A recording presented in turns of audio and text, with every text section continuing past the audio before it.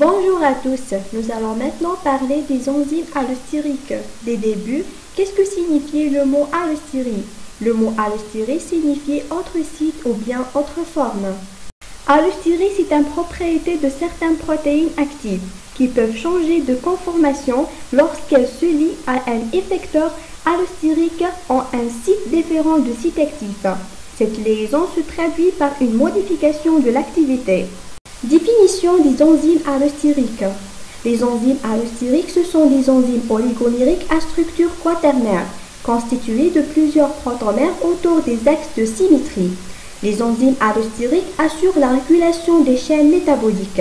Cette faculté est due à la présence d'un site régulateur, en plus du site actif, qui réagit avec des modulateurs qui viennent d'ailleurs. Chaque protomère possède deux sites de fixation, site catalytique et site spécifique pour la fixation des effecteurs. Une molécule allostérique peut prendre réversiblement plusieurs états conformationnels distincts.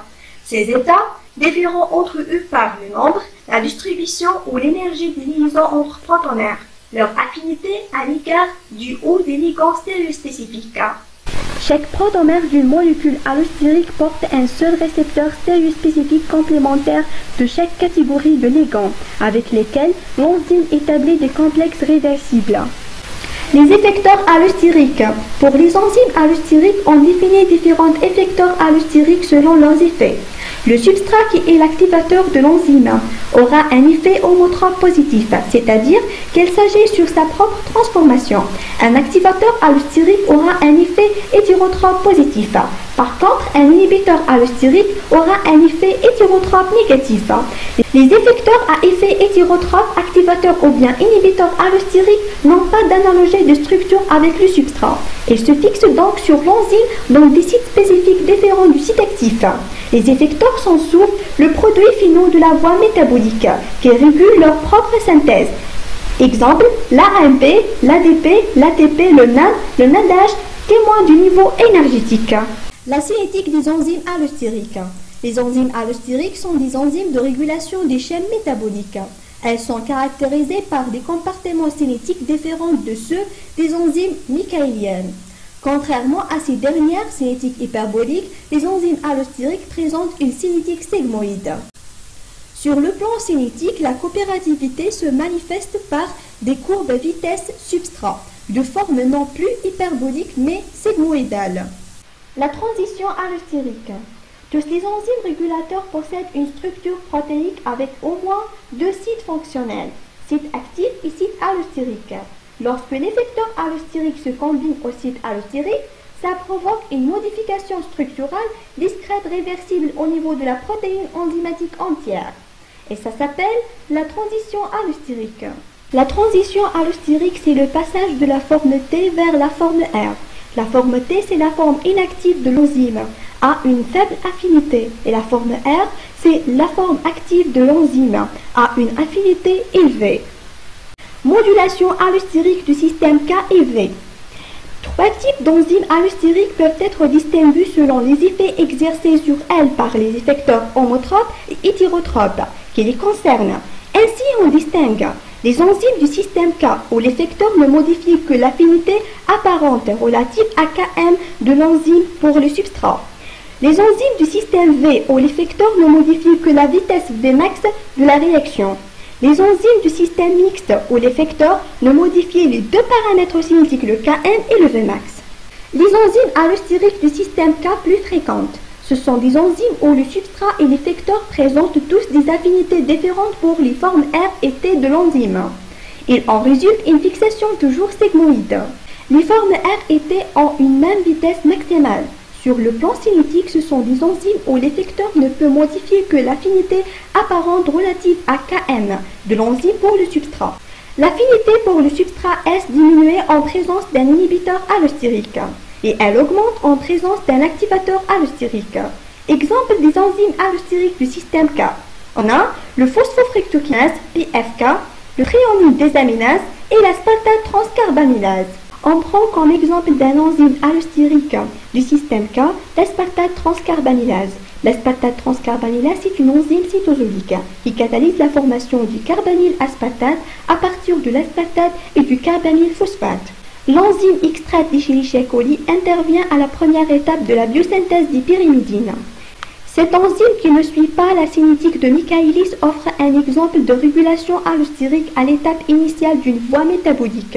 Elle bascule entre d'une part un état tendu T à faible affinité pour le substrat et faible activité enzymatique et d'autre part l'état relâché R à affinité et activité élevée. La liaison du substrat aux sous-unités catalytiques déplace l'équilibre vers l'état R, tandis que la liaison de cytidine triphosphate aux sous-unités régulatrices déplace l'équilibre vers l'état T. La liaison d'ATP aux sous-unités régulatrices déplace en relâche l'équilibre vers l'état R. Donc, le cytidine triphosphate, qui est le produit de la voie des nucléotides pyrimidiques, est un inhibiteur allostérique, alors que l'ATP, qui est le produit de la voie des nucléotides puriques, est un effecteur activateur allostérique. Le CTP et l'ATP sont impliqués dans la régulation. L'enzyme aspartate transcarbamylase est donc régulée par le rapport ATP-CTP de la cellule. Les enzymes allostériques du système V plus rares. Les enzymes allostériques du système V sont caractérisées par le fait que le substrat S a la même affinité pour les deux formes d'enzymes, R et T. Tout se passe comme s'il y a une seule forme d'enzyme. Il en résulte une fixation hyperbolique de S. La coopérativité homotrope est absente. Néanmoins, les effecteurs activateurs et inhibiteurs ont des affinités différentes pour chaque forme R et T. Il en résulte une fixation sigmoïde témoignant d'une coopérativité homotrope pour l'activateur et l'inhibiteur. La coopérativité. L'étude des enzymes allostériques a montré qu'ils sont formés de plusieurs sites actifs identiques et plusieurs sites allostériques identiques. La coopérativité traduit le fait que la fixation sur l'enzyme d'une molécule d'un effet allostérique, activateur ou inhibiteur, influe sur l'activité de l'un et l'autre des ligands, substrat et effecteur de l'enzyme, soit en augmentant coopérativité positive ou en diminuant coopérativité négative. On prend un exemple. Dans le cas de coopérativité en présence du substrat, c'est l'effecteur allostérique et le substrat lui-même. On parle de modulation homotrope. Si l'effecteur est différent du substrat, on parle de modulation hétérotrope. Dans une coopérativité positive, une molécule d'un effecteur entraîne l'augmentation de l'affinité pour les mêmes molécules, et vice-versa pour une coopérativité négative. La coopérativité positive, c'est la fixation du substrat cofacteur au sein d'un site actif facilite la fixation. Autre site actif, augmentation de l'affinité apparente. La coopérativité négative, c'est la fixation du substrat cofacteur au sein d'un site actif, empêche la fixation. Un autre site actif, diminution de l'affinité apparente. Modèle de Hill. Le biochimiste britannique Archibald Vivian Hill fut l'un des premiers à proposer une formulation mathématique de la coopérativité, dans le cadre de ses travaux sur la fixation de l'oxygène par l'hémoglobine. L'équation de Hill concerne le cas particulier de la fixation d'un même ligand sur plusieurs sites d'une protéine oligomérique possédant un site de fixation sur chaque monomère. Elle est donnée par les lois empiriques suivantes. Étant donné que le modèle n'est pas très raisonnable au niveau physique, le N expérimental qui s'appelle le constant de Hill va plutôt être une mesure du degré de coopérativité entre les sites de l'enzyme.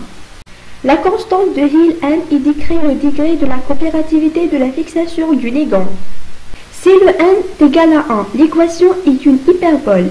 On est alors pas dans un cas de coopérativité. Si le N est supérieur à 1, la coopérativité est positive.